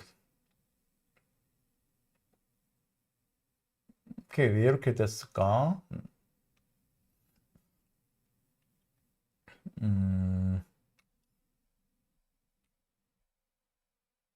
이걸 조금 제가 손을 좀 보겠습니다.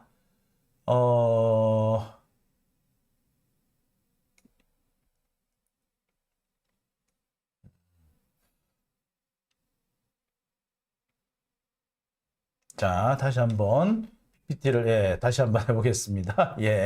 자, 다시 한번 제가 설명을 드릴게요. 자, 김만배죠. 지금 현재 김만배는 버티고 있습니다. 뭘 버티고 있느냐? 유동규와 입장이 다르고 지금 유동규와 남욱은 검찰이 협조를 하고 있지만 김만배는 협조를 안 하고 있습니다. 오히려 남욱이나 유동규가 한 말을 탄핵을 하고 있는 거죠. 이유는 일단 기본적으로 뇌물이나 정치자금을 인정할 경우에 김만배 지가 주범이 돼버립니다. 그래서 혐의가 무거워지죠. 이해관계가 남욱, 유동규하고는 다를 수밖에 없다. 자, 특히 지금 김만배의 이 행보 중에서 가장 눈에 띄는 거는 남욱의 진술을 집중적으로 공격하고 있다는 겁니다. 자, 이런 내용을 얘기를 하고 있죠. 자, 증인은 유동규 전 기획본부장에게 전달된 돈이 이재명 당시 성남시장의 선거자금으로 쓰였을 거라고 추측하는 거죠. 남욱 변호사, 네, 그렇습니다. 김만배 변호인, 그러면 유 본부장이 전달받은 돈을 어떻게 사용했는지는 모르시는 거죠? 네, 그렇습니다. 모른다는 거죠. 현재로서는 모른다. 자, 일단 지금까지 이 말은 뭐다? 모른다, 추측이다 라고 말해 버렸어요.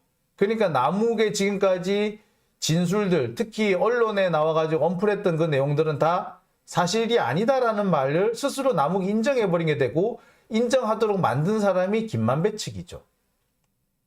자, 특히 남욱의 얘기 중에서 가장 재밌는 부분은 뭐다? 이 남욱의 이게 잠시만요. 또 헷갈리게 돼 있니?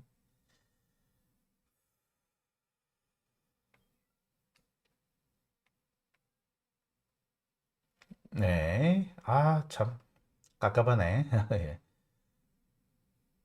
자, 이 남욱의 폭로 중에서 제일 황당한 내용이 뭐냐면은 그냥 그렇게 들었다. 김만배 앞에서 남욱의 폭로가 막혔다 이런 얘기들이 많이 나오고 있는 이유가 그렇습니다. 그런데 자, 아까 여기 지금 어떤 댓글에 어떤 분이 그런 말씀 하셨어요. 김만배는 지금 진술을 바꾸면은 불리하다던데요. 예, 맞아요. 근데 단순히 불리한 정도를 떠나서 결정적인 차이가 있어요. 김만배가 유동규나 남욱하고 다를 수밖에 없는 결정적인 차이가 하나 있습니다. 그게 뭐다? 위례 신도시 사업이에요.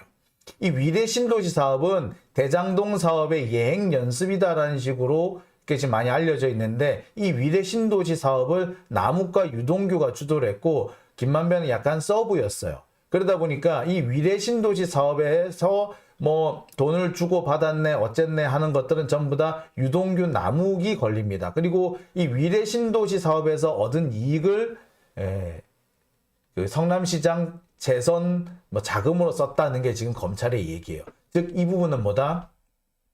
일단 김만배하고는 거리가 있는 거죠. 그러니까 지금 이 위례 신도시 사업에 얽혀들지 않은 사람이 김만배인 겁니다. 자, 그런데 이 위례 신도시가 왜 문제가 되느냐?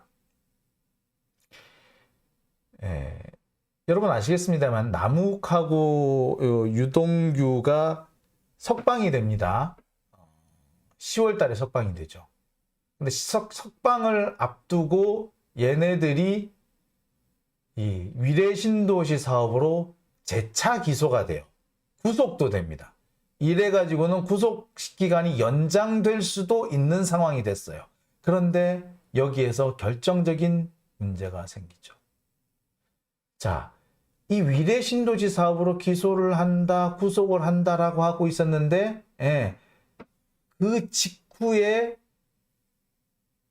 이 유동규 남욱의 입장이 바뀐 겁니다. 위례 신도시 사업과 관련해서 추가 기소된 이후에 두 사람의 태도가 극적으로 바뀌었다. 2차 체포 과정을 거쳤다. 아마도 플리바게닝 한 게 아니냐라는 의견이 나온다는 거죠. 자, 바로 이 부분입니다. 위례 신도시 사업에 김만배는 안 엮였어.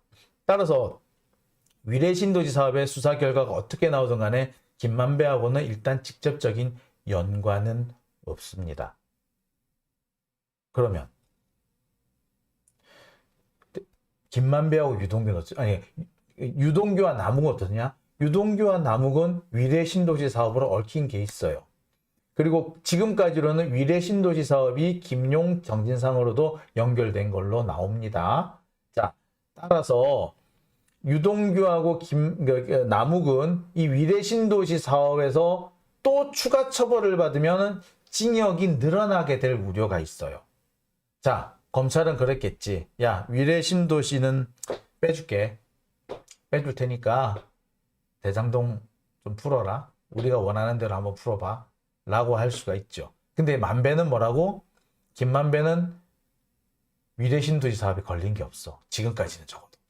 그러니 플리바게닝에 넘어갈 이유가 없는 거죠. 즉, 남욱과 유동규는 추가 처벌 때문이라도 어쩔 수 없이 이 대장동 부분에서 뭐 진술을 막 해야 되고, 그 진술 과정에서 결국에 김만배한테 뭘 뒤집어 씌우게 되었지만, 김만배 입장에서는 자기는 대장동만 잘 막으면 되는 거야. 위례 신도시에 걸린 게 없기 때문에. 그러니 어떻게 된다? 남욱하고 김만배하고는 아무래도 입장이 다를 수밖에 없었던 거죠. 지금 상황에서 결정적인 차이는 바로 이 위례 신도시 사업이다 라고 볼 수 있을 겁니다. 그리고 남욱이나 유동규가 갑자기 진술 바꾸고 태도가 이상해진 배경도 바로 이 위례 신도시 사업 때문이다 라고 봐도 과언이 아닐 겁니다. 결국에 이 위례 신도시 사업을 가지고 검찰이 딜을 했다. 플리바게닝을 했을 것이다 라는 것이 대체적인 시각인 거죠. 결국에 뭐 플리바게닝이라고 얘기를 합니다만, 경찰이 그럼 뭐다? 검찰이 협박을 했다? 야, 니들 우리가 추가로 기소해가지고 감옥에 더 오랫동안 썩게 만들어줄 거야. 어떡할래? 우리 협조할래? 썩을래? 누가 여기서 썩겠다고 하겠어? 그래, 검찰 네가 원하는 대로 해줄게 라고 하겠죠? 지금 상황이 그런 상황이고, 김만배가 여전히 야, 이재명하고 우리가 상관없어 라는 입장을 지키는 이유, 이 사람은 위례 신도시에 안 엮여들었고, 그래서 플리바게닝을 할 이유도 없다는 거죠. 오히려 지금 상태에서는 버티는 게 훨씬 낫다라는 거예요. 자, 그렇지만 제가 말씀드렸습니다만, 그렇다고 하더라도 김만배를 너무 믿지는 마라. 언제 어떻게 바뀔지 모른다. 자,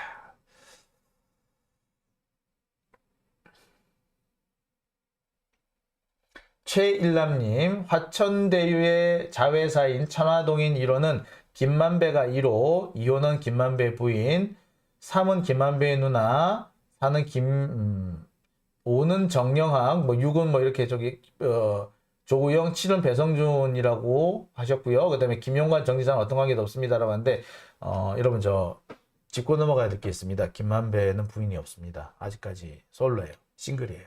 총각입니다. 김만배 부인이 아니고요. 다른 사람일 겁니다.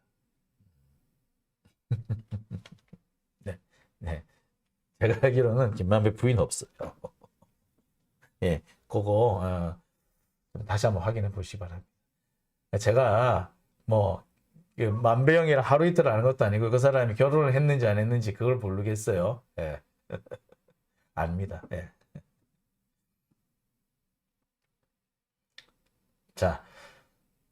자, 세 번째 주제는 여기까지 하고요. 그러면 다음 주제, 마지막 주제로 넘어가 보겠습니다.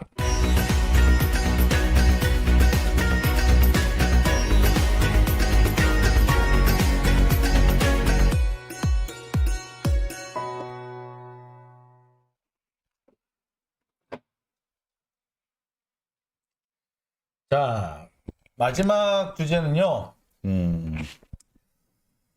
자, 이 얘기를 좀 해볼까 합니다. 지금 다들 학수고대하고 있는 일이 있죠. 아이고, 죄송합니다. 아이고, 죄송합니다. 오늘 제가 정신이 하나도 없네요. 예. 자, 다들 학수고대하고 있는 일이 하나 있습니다. 이상민 해임안 표결입니다. 이게 사실 오늘, 그러니까 12월 9일 금요일에 처리가 되어야 하는 사안이었습니다. 그런데 아직까지 처리가 안 되고 있죠. 자, 이상민 해임안 표결, 이게 사실 이게 11월 30일 날 발의가 돼서 12월 3일 날 처리를 하려고 했는데 이런저런 이유 때문에 밀렸습니다. 특히 그 과정에서 결정적인 역할을 했던 게 김진표죠. 자, 그래서 밀리고 해서 온 것이 사실은 오늘입니다. 원래로 하자면 오늘 처리가 되는 게 맞아요. 예산안도 오늘까지 처리를 하든가 말든가 해결을 했었어야 합니다. 그런데 김진표가 여야 합의를 하라면서 미루고 있어요. 아니, 이 장관 해임 결의안이 어떻게 여야 합의가 됩니까? 여당은 자기들이 지켜야 될 장관인데 장관 해임 결의안이 의사안 의안으로 올라오는데 그게 어떻게 타협이 됩니까? 그거는 여당은 일부러라도 그걸 타협을 못 해줘요. 자신들도 입장이 있지. 어떻게 장관을 해임하자고 하는 그런 의안이 올라왔는데, 합시다. 표결합시다라고 이렇게 얘기를 해요. 못해요. 야, 절대로 못해! 액션이라도 그렇게 취해야 되는 거야. 그 장관이 다른 장관이야? 윤석열의 가장 절친인 장관 아니야. 근데 그 절친인 장관을 해임하라는 안이 올라왔는데 거기에 대해서 표결 처리하지 뭐 이렇게 나이브하게 나올 것 같아?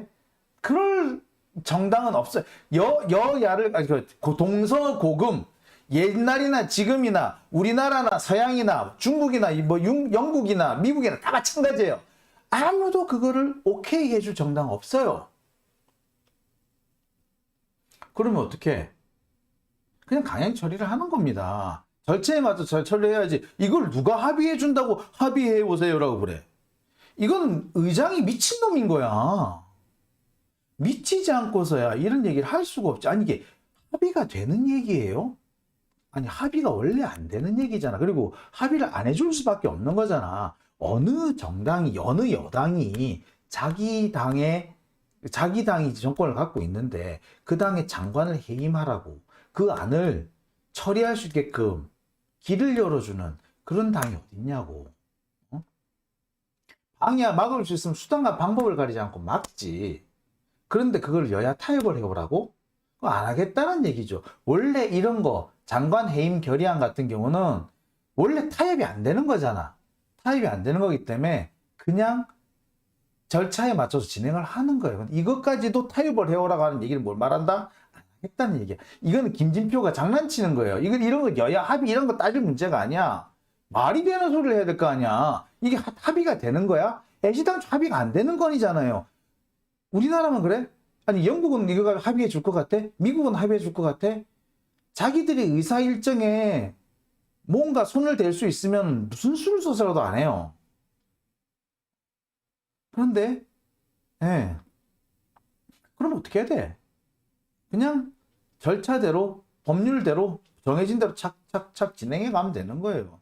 왜? 원래 합의를 기대할 수 없는 거잖아 이거는. 근데 이걸 합의하라고도 안 하겠다는 얘기지. 김진표가 발목을 잡는 거예요. 그럼 문제는 민주당이지. 김진표 원래 그럴 놈이었어. 이런 놈을 뽑아주는 것도 문제였지만 김진표가 발목을 잡는다고 거기에 발목을 잡혀주는 것도 문제지. 뿌리치고 가득 차고 그냥 밀고 나가야 되지. 에? 의장이 안 한다? 부의장이 해. 사회권 넘기라고 막 승질내 부리고 막 그래야 돼. 그렇게 밀고 나가는 걸 좀 보이라고요. 제발 좀 봐. 윤석열 지지율 올라가지. 왜 올라가? 화물연대 파업 때려잡았다고 올라가는 거 아니야? 왜 올라가? 그게 말이 되는데 솔직히? 파업 때려잡았다고 지지율이 올라간다고? 이게 무슨 얼빠진 놈들 아니에요. 자, 대한민국이 그런 나라에 지금 현재 약하고 타협하고 설명하고 하면은 약해 보여. 지지하던 사람도 떠나. 좀 일 좀 하려니까 왜 저러고 있어. 시간 질질 끌고 라고 얘기를 해요. 지금까지 시간 충분히 끌어줬어. 그럼 제발 좀 지금 좀 치고 나가라고 제발 좀. 속 터지지 않습니까? 원래 오늘 처리할 건데 이게 일요일로 연기가 됐습니다. 일요일이면 이제 법정 처리 시간 마감입니다. 참.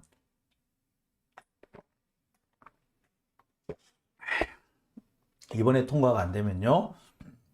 일사부재의 원칙에 따라서 이번 정기국회에서는 다시 상정할 수가 없습니다. 일사부재리가 있고요. 일사부재의가 있습니다. 일사부재리는 한번 심리한 사건에 대해서는 다시 재심리하지 않는다. 그래서 일사부재리, 심리를 다시 하지 않는다. 재심리하지 않는다. 그래서 일사부재리고요. 이거는 형사법 원칙이고요.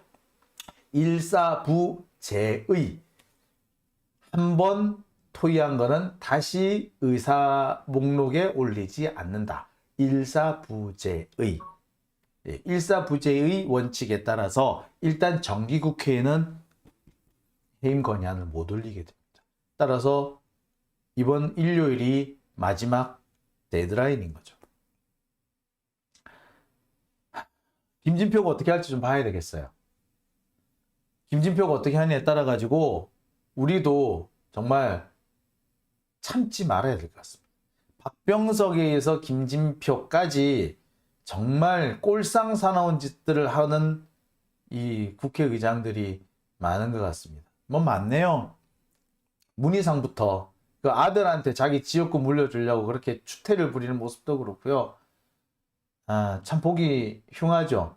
자, 그 보기 흉한 모습들을 지금 박병석에 이어서 김진표까지 보여주고 있습니다. 자, 이들이 언제까지 이럴 수 있는지, 또 그럴 것인지, 정말 그럴 건지 우리 이번에는 좀 눈 부릅뜨고 지켜봐야 할 것 같습니다. 자, 이번에는 과연 표결될까? 이번에 안 되면 진짜 심각한 문제가 생깁니다.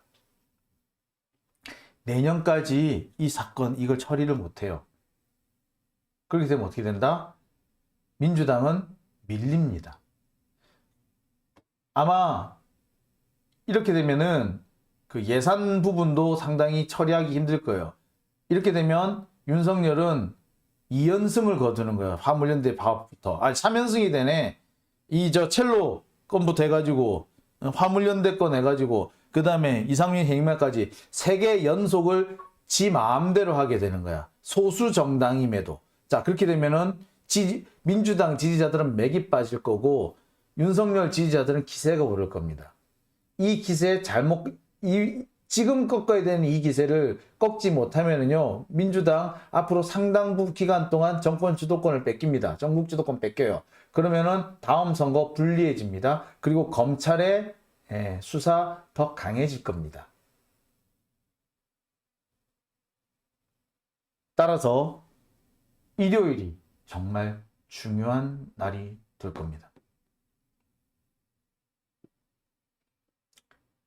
김진표가 어떻게 하는지 우리 봅시다. 김진표 우리 가만히 놔두면 안 돼요.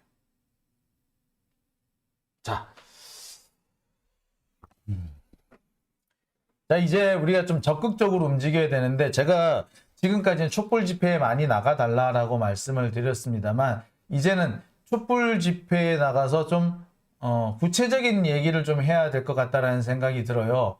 이상민 탄핵하라 라는 얘기라든지, 김건희 특검 실시하라 라든지, 검찰의 이재명 탄압 중단하라라든지, 이렇게 좀 정확한 얘기를 좀 해야 될 것 같아요. 두루뭉술하게 윤석열 정권을 타도하자, 윤석열 정권을 몰아내자라고 할 것이 아니라 구체적인 포인트, 이상민 해임안 즉각 표결하라, 김진표 각성하라, 작살내자, 뭐 이렇게 좀 구체적으로 하나하나 사안에 대해서 지적을 하고 요구를 해 나가야 될 것 같습니다. 그러지 않으면은 정치인들이 자신들의 이익에 맞게 민심을 왜곡합니다. 촛불 들고 있는 저 사람들 전부 다 사실 내 편이야. 전부 다 지 편이래. 그렇기 때문에 그런 상황이 반복되지 않게 하려면은 방법은 구체적으로 딱 잡아야 된다. 특히 이런 얘기가 있어요. 이재명에 대해서 검찰이 이렇게 탄압을 하고 있는데 누구 하나 이재명을 구하자라든지 이재명을 지키자라든지 이런 얘기를 하는 사람이 없다라는 얘기가 사실 얼마 전까지 검찰에서 나왔어요. 실제로 검찰이 그런 얘기를 해. 뭐 우리가 이재명 좀 죽이려고 하는데 뭐 하지 말라는 집회는 없잖아. 뭐 적어도 촛불 집회에서 그런 얘기 안 나오잖아. 그렇게 얘기를 하더라고요. 예. 아니 그런 얘기 그러니까 우리가 지금 이재명이 억울하게 당하고 있다는 거 다 알고 있는데, 자, 그 얘기를 우리가 입 밖에 꺼내주지 않고 집회에서 구호로 외쳐주지 않는다면은 검찰은 거봐, 촛불 집회하시면 이재명 시키다는 얘기 안 하잖아 라는 식의 핑계를 대요.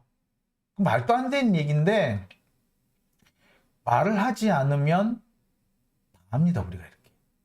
네. 검사들은 그러고도 남을 놈들이에요. 자, 그래서 저는 이제 이 촛불 집회에서 구체적인 구호를 외쳐야 한다고 생각합니다. 이상민 탄핵하라, 이상민 해임하라, 김진표는 발목 잡기 중단하라, 검찰은 이재명 탄압 중단하라, 이재명을 지키자, 이렇게 좀 구체적으로 얘기를 해야 될 것 같습니다. 여러분, 이재명 못 지키면요 다음번엔 누가 죽을 것 같아요? 우리가 죽습니다. 여러분, 노무현 대통령 우리가 못 지키고 난 다음에 무슨 일이 벌어졌습니까? 한명숙 총리 이렇습니다. 조국 전 장관 우리 열심히 해서 지키려고 했죠. 근데 지키지 못했던 이유가 있어요. 우리 사실 김경수 도지사 못 지켰잖아요. 그게 사실은 연쇄 반응이라고 보시면 됩니다. 검찰이 사실 김경수 잡아놓고 난 다음에 맨 처음에 안희정 잡아놓지. 안희정 잡아놓고 김경수 잡아놓고 그 다음에 이재명 잡아놓고 하려고 합니다. 자, 그 과정을 우리가 빤히 쳐다보고 당하고 있어야 했습니다. 그러니까 그렇게 안 해. 그래, 우리 그때 김경수가 잡혀갈 때 우리가 정말 난리라도 떨어가지고 이 특검 이놈들을 그때 그 드루킹 특검 작살을 냈었어야 되지 않습니까? 우리 그 작살 낼 이유가 없었던 것도 아니죠. 노회찬 의원을 죽인 게 드루킹 특검 아니었습니까? 민심이 들끓고 일어나가지고 드루킹 특검 박살내버렸어야 됐어. 근데 우리 그때 슬슬 가만히 내비뒀더니 결국 꾸물꾸물 들어와서 결국에 조국 장관을 치게 됐고 이재명 대표까지 치게 된 겁니다. 우리가 누군가 한 사람을 지키지 못하면요. 그 사람으로 끝나는 게 아니라 다음으로 계속 여파가 미칩니다. 노무현을 지키지 못했기 때문에 한명숙을 지키지 못했고 한명숙을 지키지 못했기 때문에 우리 그 다음 정권을 잃었습니다. 그리고요. 우리가 문재인을 지켰기 때문에 그 다음 정권을 얻을 수 있었고요. 그런데 우리가 김경수를 지키지 못했기 때문에 조국을 지키지 못했기 때문에 결국엔 이재명까지 오게 된 겁니다. 우리 여기서 이재명을 지켜내지 못하면 다음엔 누가 검찰의 이빨 앞에 놓이게 될지 모릅니다. 자, 참 답답하죠? 네, 답답하기도 하지만 사실 좀 엄중한 시기가 아닌가 생각이 들어요. 엄중한 시기입니다. 누구 말이 생각이 나는데요. 자, 엄중한 시기 우리 이제 우리 촛불 좀 제대로 듭시다. 구체적으로 들어야 될 것 같다라는 생각이 드네요. 구체적으로 촛불 들자. 자, 저는요 이번 토요일에도 이번 토요일이군요. 내일 서초동으로 갑니다. 방송 중계는요 광화문 촛불 집회를 방송 준비할 거고요. 제가 가는 곳은 서초동이 될 거고요. 서초동 집회는 녹화로 해서 제가 현장 스케치하는 프로그램을 만들어서 녹화를 해서 이렇게 편집해서 올려놓을까 생각 중입니다. 자, 집회 현장에서 우리 다 같이 뵐 수 있도록 하겠습니다. 자, 장윤진 TV 오늘은 여기서 마치겠습니다. 장윤진 TV는요, 여러분의 제보를 통해서 더욱더 발전하고 있습니다. 여러분, 제보는요, 1위로 보내주시기 바랍니다. 제보. 아까 저 소리 안 나온다고 전화 주신 분, 감사합니다. 네, 전화 주시는 바람에 제가, 소리가 안 나온다는 걸 발견을 할 수 있었어요. 정말 감사드리고요. 그리고 후원해주신 분들 소개해 드릴게요. 박무범님, 차정혜님, 이덕기님, 김수정님, 안재봉님이셨고요. 자, 새롬님, 네, 후원 감사드리고요. 그 다음에 박혜선님, 예, 감사드리고요. 베리님 또 감사드립니다. 오늘도 참 많은 분들이 후원해 주셨네요. 예, 감사드리고요. 아까 앞에 계셨던 분도 계시는데 제가 미처 소개를 못 드렸네요. 자, 소개 못 드린 분은 다음번에 다시 기회를 맞춰서 소개를 해 드리겠습니다. 자, 이재명 의원님이 제가 했던 얘기 이런 걸 이재명 의원님이 해 주실 수는 없나요? 하실 수는 있죠. 근데 이게 당 대표급이 되면은 되게 조심을 해야 되는 경우가 있어요. 예, 그래서 쉽게 얘기하기 어려워요. 그러니까 당 대표가 뭔가 얘기를 하잖아요. 그럼 당의 최종 결정 사항이 되지 않습니까? 그럼 그 최종 결정 사항을 가지고 물고 뜯고 해요. 지난번에 우리 민들레이의 명단 공개, 희생자 명단 공개, 이게 사실은 민들레가 했지만 이재명 대표가 그거 해야지라고 한마디 하는 바람에 마치 그 명단 공개가 민주당의 그 어떤 뭐죠 그 뭐라 해야 됩니까? 어떤 그 민주당의 어떤 조작이 있었기 때문에 어떤 민주당의 조종이 있었기 때문에 뭐 벌어진 일이 아니냐 뭐 이런 식으로 해서 언론들이 몰고 갔어요. 그래가지고 그 명단 공개를 모든 책임을 이재명 대표한테 덮어 씌우려고 했었던 걸 기억하실 겁니다. 일단 명단 공개가 잘못됐던 얘기가 아니고요. 그렇게 당 대표가 한마디를 하게 되면 그걸 가지고 물고 뜯고 할 수가 있습니다. 그러니까 그런 부분에서 굳이 노출될 필요가 없는 거죠. 대신에 그걸 누가 해야 된다? 최고위원들이 해줘야 돼요. 정청래라든지 고민정이라든지 박찬대라든지. 근데 지금 최고위원들의 활동이 너무 없어요. 그런 면에서 좀 아쉽습니다. 특히 아까 말씀드렸듯이 이 박은정 검사나 이성윤 검사장에 대한 이 윤석열의 보복 여기에 대해서 적극적으로 누가 이게 법사위 쪽에서 문제 제기를 해줘서 한동훈이 조금이라도 뜨거라고 할 수는 있어야 되는데 다들 너무 그런 부분에 약합니다. 좀 그런 부분에서 좀 안타깝다라는 생각이 들고요. 좀 강하게 나가 주셨으면 좋겠습니다. 자. 근데 참, 이 자유한국당은요, 당대표가 정말 막 함부로 말하지 않습니까? 뭐, 주호영도 그렇고, 이렇게 말을 이렇게 함부로 막 하는데, 그래도 누가 뭐라 그러는 사람이 없고, 민주당은 뭐 말 한마디만 묻고 물어고 뜯으려고 그러고, 참 속 터진다, 그죠? 자, 소정님, 후원 감사드립니다. 자, 장영진 TV, 오늘은 여기까지만 하겠습니다. 내일이군요. 그래서 오늘이군요. 예. 자, 잠시 후, 오늘 오후에 있을, 촛불 집회 여러분들 많이 참석해 주시기 바랍니다. 저도 촛불 집회 참석합니다. 저는 서초동으로 갑니다. 장윤진 TV, 오늘은 여기서 마칠까 합니다. 오늘 제가 늘 들려드리는 민중의 노래 띄워드리면서 저는, 촛불 집회장에서 다시 뵐 것을 약속드립니다. 여러분 푹 주무시고요. 집회장, 촛불 집회장에서 뵙겠습니다.